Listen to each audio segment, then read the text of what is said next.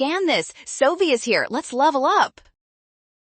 Apple on table questions look easy, but one physics rule decides everything fast. Watch this quick breakdown and you will see exactly why option C wins.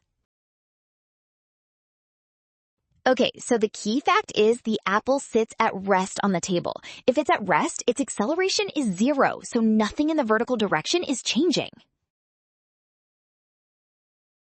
Now apply Newton's second law in the vertical direction.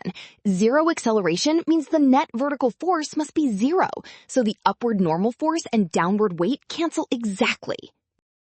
The only vertical forces on the apple are weight downward and the table's normal force upward, so equal magnitudes give a total of 0, which... Well done! Option C. Scan now, do not rush signs. Trust the given rest condition, then check the forces and use 0 acceleration correctly.